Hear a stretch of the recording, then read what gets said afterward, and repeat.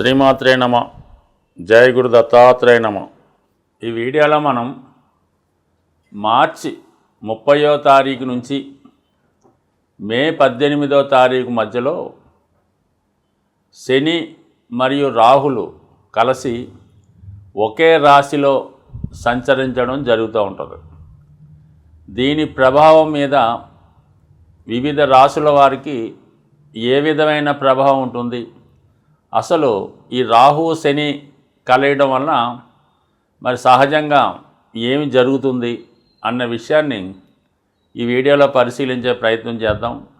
మేషరాశి వారికి వ్యయస్థానంలో ఏర్పడినటువంటి శని రాహుల కలయిక ఒక విధంగా జీవితంలో ఈ రాశివారు ఇప్పటి వరకు సాధించినటువంటి గొప్ప సంస్థని లేదంటే ఒక గొప్ప ఆశయాన్ని సాధించడం జరుగుతూ ఉంటుంది. చాలామంది దగ్గర ధనం ఉన్నప్పటికి కూడా అది ఏదన్నా ఒక వ్యాపారం చేద్దామన్నా, ఒక గృహం కొందామన్నా, లేదు ఎక్కువ ధనం పెట్టి ఒక ఎలక్షన్లో పోటీ చేద్దామన్నా సహజంగా వారికి ధైర్యం సరిపోదన్నమాట. ఆ కారణం వల్ల జీవితంలో వారి యొక్క ధనాన్ని నిష్ప్రయోజనంగా ఏదో ఒక చోట పెట్టడం జరుగుతూ ఉంటుంది. ఇటువంటి వారికి ఈ సమయంలో ఏర్పడినటువంటి వ్యయస్థానంలో ఏర్పడినటువంటి ఈ రాహు ప్లస్ శని గ్రహాల కలయిక ఈ రాశి వారికి ఏదో ఒక పెద్ద సంస్థలో ఇన్వెస్ట్ చేయడం కానీ, లేదా వీళ్ళు ఎవరు ఊహించని విధంగా ఒక పెద్ద బంగళా లాంటి గృహం నిర్మించుకోవడానికి కానీ, లేదా వారి జీవితాశయంగా వారి యొక్క ఆలోచనకు అనుగుణంగా ఒక భారీ బడ్జెట్ సినిమా తీయడానికి కానీ ఇది గ్రహస్థితి అనుకూలిస్తూ ఉంది. ముఖ్యంగా ఈ మీనరాశిలో రాహు శని కలిసి ఉన్నవారు ఈ కెమికల్ ఇండస్ట్రీలో, ఈ మెడికల్ సంబంధించిన వాటిలో, ఈ ఫార్మాస్యూటికల్ వాటిలో ఇప్పుడు ఇన్వెస్ట్ చేయడానికి కానీ, ఆ పరిశ్రమ స్థాపించడానికి కానీ కారణం అవుతూ ఉంటుంది. అలాగే మరి కొంతమంది ఒక పెద్ద మంచి ఖరీదైనటువంటి ఏరియాలో ఒకేసారి ఒక 500 మంది కూర్చునే విధంగా ఒక పెద్ద బార్ అండ్ రెస్టారెంట్లు లాంటిది కానీ, లేదంటే లిక్కర్ పరిశ్రమలో ఎంటర్ అవ్వడం కానీ, ఈ విధంగా కూడా ఈ వ్యయస్థానంలో ఉన్నటువంటి రాహు శని భగవానులు వీళ్ళకి అవకాశం కల్పించడం జరుగుతూ ఉంది. సో ఏదైనా ఈ సమయంలో వీరు ఒక ఇండస్ట్రీ స్థాపించి చాలామందికి ఉపాధి కల్పించడానికి కూడా ఇది అవకాశం రావడం జరుగుతూ ఉంటుంది. అయితే ఇంకో విధంగా మనం ఆలోచించినప్పుడు ఈ శని భగవానుడికి లాభాధిపత్యంతో పాటు వ్యయాధిపత్యంలో ఉన్నప్పటికీ దశమాధిపత్యం ఉంటుంది. అంటే దశమాధిపతి వ్యయంలోకి వచ్చినప్పుడు జాతకుడు విదేశ ప్రయత్నాలు చేయడం కానీ, విదేశంలో స్థిరాస్తి కొనడం కానీ, ఉద్యోగరీత్యా విదేశం వెళ్ళడానికి కానీ ఈ గ్రహస్థితి సహకరిస్తూ ఉంటుంది. అంటే ఈ మీనరాశి సహజ 12వ రాశి కాబట్టి ఎక్కువ గ్రహాలు ఈ మీనరాశిలో ఉన్నవాళ్ళు పుట్టిన ప్రాంతంలో, సొంత ప్రాంతంలో పెద్దగా అభివృద్ధి చెందలేకపోతుంటారు. వాళ్ళు విదేశంలో కానీ ఇతర దేశం, ఇతర రాష్ట్రంలో సంపాదించే శక్తిని కలిగి ఉంటారు. అటువంటి వారికి ఏంటంటే ఇప్పుడు వారు వ్యాపార రీత్యా లేదా వృత్తిరీత్యా వేరే కంట్రీకి వెళ్ళడానికి కూడా ఇప్పుడు ఈ ప్రయత్నం చేస్తే పని జరుగుతుందన్నమాట. అంటే మార్చి 30 నుంచి మే 18 మధ్యలో వాళ్ళు ప్రయత్నం చేస్తే కంపల్సరీగా విదేశానికి సంబంధించినటువంటి అన్ని ఫార్మాలిటీస్ పూర్తయ్యే అవకాశం ఉంది. కొన్ని సందర్భాల్లో విదేశంలో మీరు ఏదైనా సంస్థ స్థాపించాలంటే రాహు కారణంగా ఏమవుతుందంటే అక్కడ ఉన్నటువంటి విదేశీయులు కానీ, మిత్రులు కానీ మీకు సంపూర్ణంగా సహకరించి మీరు వారి యొక్క దేశంలో ఏమైనా పెట్టుబడి పెట్టడానికి కూడా ఈ గ్రహస్థితి సహకరించడం జరుగుతుంది. బట్ ఏదైనా మంచి మార్గంలో పెట్టుబడి పెట్టడానికి అనుకూలిస్తుంది. అయితే ఇంకొక విషయంలో జాగ్రత్తగా ఉండవలసి ఉంటుంది. ఏదైనా మిమ్మల్ని మోసం చేసే ఉద్దేశంతో ఏదో బాగా తక్కువగా వస్తుందని ఒక గొప్ప స్థిరాస్తి, ఒక 100 కోట్ల స్థిరాస్తి లాంటిది మీకు ఏదో ఒక 20 కోట్లకు వస్తుందని చెప్పి మభ్యపెట్టి ఆ విధంగా కూడా కొనిపించవచ్చు. దానివల్ల కొంత మనీ కూడా బ్లాక్ అవ్వచ్చు. కాబట్టి బట్ ఏదైనా పెద్ద మొత్తంలో ఇన్వెస్ట్మెంట్ చేస్తున్నప్పుడు స్వతంత్రంగానే నిర్ణయం తీసుకొని అన్ని డాక్యుమెంట్లు కరెక్ట్గా ఉన్నాయో లేదో చూసుకొని దిగాలి తప్ప ఏదో మనోడే కదా, నమ్మకస్తుడే కదా, మనల్ని ఏం మోసం చేయడం అనుకుని ప్రస్తుతం మాత్రం మీరు వారిని నమ్మి ఇన్వెస్ట్ చేస్తే మాత్రం చాలా కాలం పాటు ఆ మనీ బ్లాక్ అయిపోయే అవకాశం ఉంటుంది. కాబట్టి చాలా జాగ్రత్తగా ఇన్వెస్ట్మెంట్ చేయండి. 1-2 సార్లు ఆలోచించి అసలు చెప్పాలంటే దగ్గర వారిని, అన్నదమ్ముల్ని, స్నేహితుల్ని ఈ సమయంలో మీరు ఎట్టి పరిస్థితుల్లో కూడా నమ్మనాకే లేదు. కేవలం ప్రభుత్వం, డైరెక్ట్గా ప్రభుత్వ సంస్థల్ని నమ్మి మీ యొక్క నిర్ణయంతో ముందుకు వెళ్ళాలి తప్ప ఏ విధంగా మీడియేటర్ వచ్చినా కూడా మొత్తం మీ మనీ పోగొట్టుకునే అవకాశం ఉంటుంది. కాబట్టి ఈ విషయంలో ఏమాత్రం మొహమాటం పెట్టుకోవద్దు. ఏమాత్రం స్నేహానికి, బంధుత్వానికి విలువ లేకుండా మీకు గీటుగా కష్టపడి సంపాదించిన ధనం కాబట్టి జాగ్రత్తగా ఆలోచించి నిర్ణయం తీసుకోండి. రాహు గత కొంతకాలంగా మీనరాశిలో సంచరిస్తూ మే 18వ తారీఖు వరకు మీనరాశిలోనే సంచరించడం జరుగుతూ ఉంటుంది. రాహు స్వభావంగా మన జ్యోతిష శాస్త్ర ప్రకారం రాహుకి ప్రత్యేకంగా ఒక రాశి నిర్ణయించపోయినప్పటికీ కూడా రాహు ఏ రాశిలో ఉంటే ఆ రాశిని తన ఆధీనంలోకి తీసుకొని ఆ రాశిని తన యొక్క సహజ లక్షణాలతో కలిపి ఫలితం ఇవ్వడం జరుగుతూ ఉంటుంది.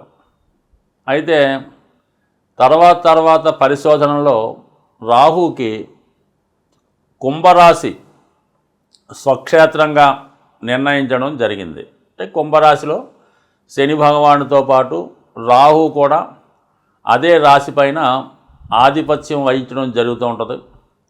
అలాగే ఉచ్చ రాశులుగా మరి వృషభ రాశి కొంతమంది ప్రకారం, మిథున రాశి కొంతమంది ప్రకారం నిర్ణయించడం జరుగుతుంది. అయితే ఏంటంటే ఈ రాహుకి ప్రధానంగా 3 గ్రహాలు మిత్రగ్రహాలు అవటం వల్ల శని, రాహు ఈక్వల్ అని కామన్గా చెప్తూ ఉంటారు. అలాగే శుక్రుడు, బుధుడు కూడా ఈ రాహుగ్రహానికి మిత్రగ్రహాలు అవటం వల్ల, అలాగే రాహుకి శుక్రుడు గురువుతో సమానం, అలాగే బుధుడు కూడా, ఇద్దరు కూడా గురు శిష్యులు లాంటి వాళ్ళు. కాబట్టి ఈ రాహు శుక్ర బుధులతో కలిసి ఉన్న వారి యొక్క రాశుల్లో ఉన్నా కూడా తన యొక్క శుభ ఫలితాలు ఇవ్వడం జరుగుతూ ఉంటుంది. అంటే మిత్రగ్రహాలతో కలిసినప్పుడు సహజంగా రాహుకి శుభ ఫలితాలు అంటే మామూలుగా అది ఒక విధమైన అంటే తామస గుణం లక్షణాలతో కలిగి ఉంటాడు రాహు. అంటే సాధారణంగా రాహు ఇచ్చే ఫలితం ఎలా ఉంటుందంటే అక్రమ, న్యాయసంపదంగా లేకపోవడం, అక్రమ పద్ధతుల్లో వెళ్ళడం, అలాగే చట్టానికి లోబడకుండా దాన్ని అధిగమించడం, అలాగే బ్లాక్ మార్కెట్టు, స్మగ్లింగు, తర్వాత వ్యభిచారం, మద్యపానీయం, వావి వరుసలు లేకుండా ప్రవర్తించడం, ఇవన్నీ ఏదైతే మన సంస్కృతికి, సాంప్రదాయానికి విరుద్ధంగా ఉంటాయో అవన్నీ కూడా రాహు దానికి ఇవ్వడం జరుగుతుంటుంది. అయితే మంచి టెక్నాలజీ కలిగి ఉంటాడు అన్నమాట. చాలా చిన్న టెక్నిక్తో ఎంత పనైనా సాల్వ్ చేసే విధంగా ప్రస్తుతం ఉన్నటువంటి సాఫ్ట్వేర్ రంగానికి, కంప్యూటర్ రంగానికి కూడా రాహువే కారణం అవుతుంటాడు. కామన్గా ఉన్నది లేనట్టు, లేనిది ఉన్నట్టు చూపించే మాయాజాలానికి కూడా ఈ రాహు కారణం అవుతుంటాడు. కాబట్టి ముఖ్యంగా ఈ సినిమా ఇండస్ట్రీ అంతా కూడా రాహు ప్రభావం మీదే ఆధారపడి ఉంటుంది. కాబట్టి ప్రస్తుతం సినిమా పరిశ్రమకి, సాఫ్ట్వేర్ రంగానికి ఈ రాహు కారణం అవుతుంటాడు. సాధారణంగా జీవితం సుఖవంతంగా, లగ్జరీగా, బయట వారితో సంబంధం లేకుండా ఒక మనిషి తన వ్యక్తిత్వంలో జీవించాలంటే రాహుగ్రహ అనుగ్రహం తప్పనిసరిగా ఉండాలి. మరి ఇదే రాహు గురువుతో కలిసి ఉన్నప్పుడు గురుచండాల యోగం అని చెప్తూ ఉంటారు. అంటే గురువు ఇచ్చే మంచి లక్షణాన్ని పాడు చేసి ఆ విద్యార్థినో, ఆ స్టూడెంట్నో వివిధ మార్గాల ద్వారా పతనానికి కారణమవుతుంటాడు. మళ్ళీ ఇంచుమించుగా కొంతమంది అదే నెగిటివ్ యాంగిల్లో పైకి కూడా తీసుకురావడం జరుగుతుంది. ఇంచుమించుగా 30 సంవత్సరాల తర్వాత ఈ గురుచండాల యోగం అద్భుత యోగంగా మారే అవకాశం ఉంది. అయితే మరి రాహు శుక్రగ్రహంతో కలిసి ఉండడం వలన ఈ సినిమా పరిశ్రమ, సాఫ్ట్వేర్లో డెవలప్ అవడం, అయితే వ్యసనాలు, వ్యభిచారం, స్త్రీలోలత్వం కంపల్సరీగా ఉంటుంది. అదే బుధుడితో కలియడం వల్ల సైంటిఫిక్గా విద్య నేర్చుకుంటాడు, డిఫరెంట్గా విద్య నేర్చుకోవడం జరుగుతూ ఉంటుంది. అందరూ కష్టపడి చదువుతూ ఉంటే వీళ్ళు సూక్ష్మ మార్గం ద్వారా సింపుల్గా ఆ విద్యలో సక్సెస్ సాధించడం జరుగుతూ ఉంటుంది. ఏదైనా ఈ బుధ రాహు కలిసి ఉన్నప్పుడు కంపల్సరీగా విద్యలో ఆటంకాలు ఎదురైనప్పుడు కూడా ఏదో విధంగా విద్యను పూర్తి చేసి వాళ్ళు అనుకున్నది సాధిస్తూ ఉంటారు. మరి ముఖ్యంగా శని కూడా కుంభరాశికి అధిపతి అవుతుంటాడు, రాహు కూడా అధిపతి అవడం వల్ల అంటే శని పరిశ్రమకు కారణం అవుతుంటాడు, ఒక ఇండస్ట్రీకి కారణం అవుతుంటాడు, ఒక వ్యాపారానికి కారణం అవుతుంటాడు. అదే శని భగవానుడితో రాహు కలిస్తే దాన్ని ఇంకా చాలా కలర్ఫుల్గా అంటే బాగా పెద్ద పెద్ద సంస్థలు అంటే ఎక్కువ ఇన్వెస్ట్మెంట్తో పెద్దగా పెడుతున్నటువంటి ఏదైనా షాపింగ్ మాల్స్ కానీ, మల్టీప్లెక్స్ లాంటి సినిమా థియేటర్లు కానీ, అలాగే పెద్ద బడ్జెట్తో కూడుకున్నటువంటి మన పుష్ప లాంటి సినిమాలకు కూడా ఈ శని రాహులు కలిసి ఉండడం వలన అటు టెక్నాలజీని అటు ధనాన్ని ఎక్కువగా ఉపయోగిస్తూ కొద్దిగా చట్టానికి లోబడి ఆ సినిమాలు కూడా తీయడం జరుగుతుంటుంది.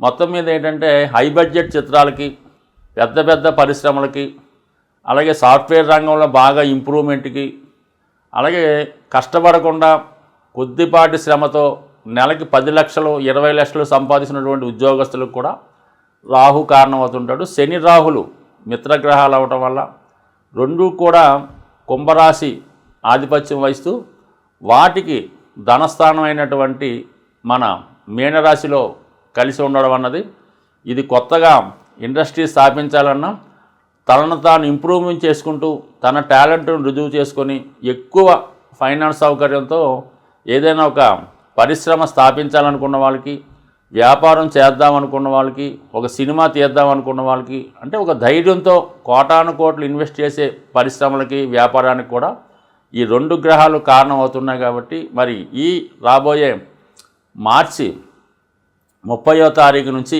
మే 18 మధ్యలో ఈ 2 గ్రహాలు కలిసి మీనరాశిలో ఉండగా మిగతా రాశుల వారికి ఎటువంటి ఫలితాలు ఇవ్వబోతున్నాయి అన్న విషయాన్ని తెలుసుకుంటూ చివరిగా మరి దీనికి పరిహారం ఏమైనా ఉంటుందా, ఏ విధమైన రెమెడీ చేసుకుంటే మనకి ఈ 2 గ్రహాలు యోగిస్తాయి అన్న విషయాన్ని తెలుసుకొని ఈ శని రాహు గ్రహాల కలయిక కొంతమందికి మంచిగాను కొంతమందికి చెడుగాను, చెడుని కూడా మంచిగా మార్చుకునే విధంగా కూడా ఈ రాహు సహకరిస్తూ ఉంటాడు.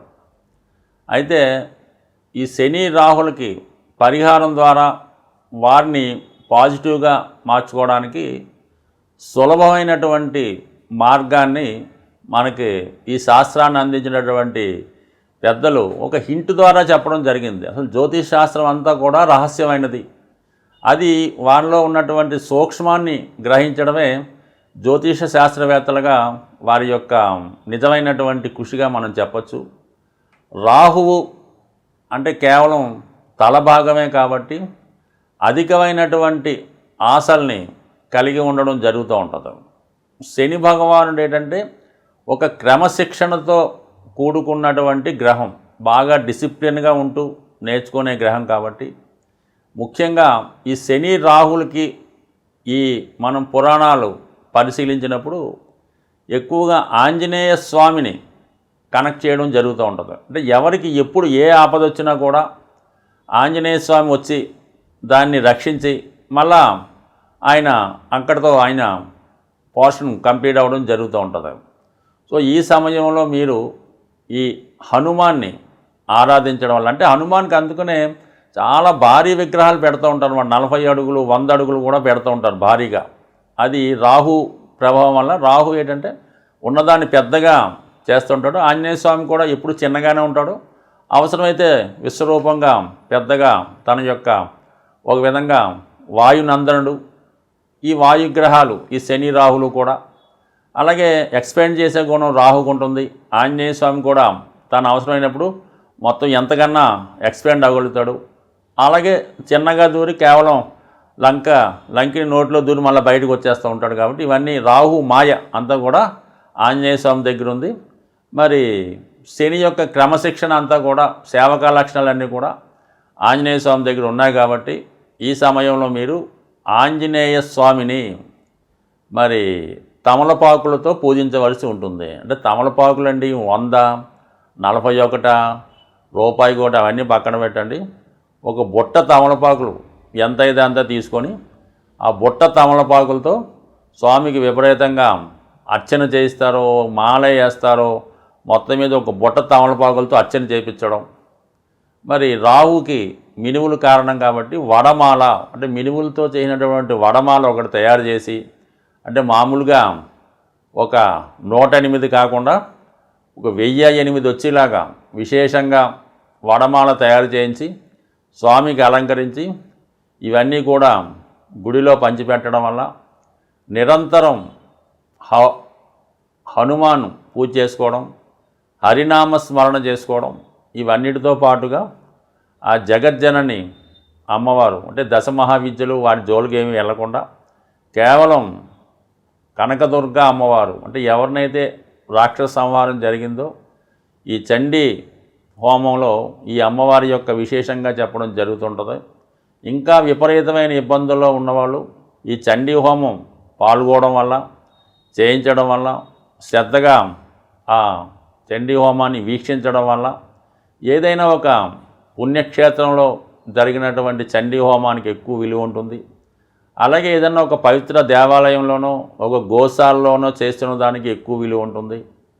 మరి కొంతమంది అవకాశం ఉన్నవాళ్ళు దాన్ని భరించగలిగే శక్తి ఉన్నవాళ్ళు అంటే పూర్తిగా ఉంటేనే మీరు ఈ చండీ హోమాన్ని మీ యొక్క గృహంలో చేయించుకునే ప్రయత్నం చేయండి.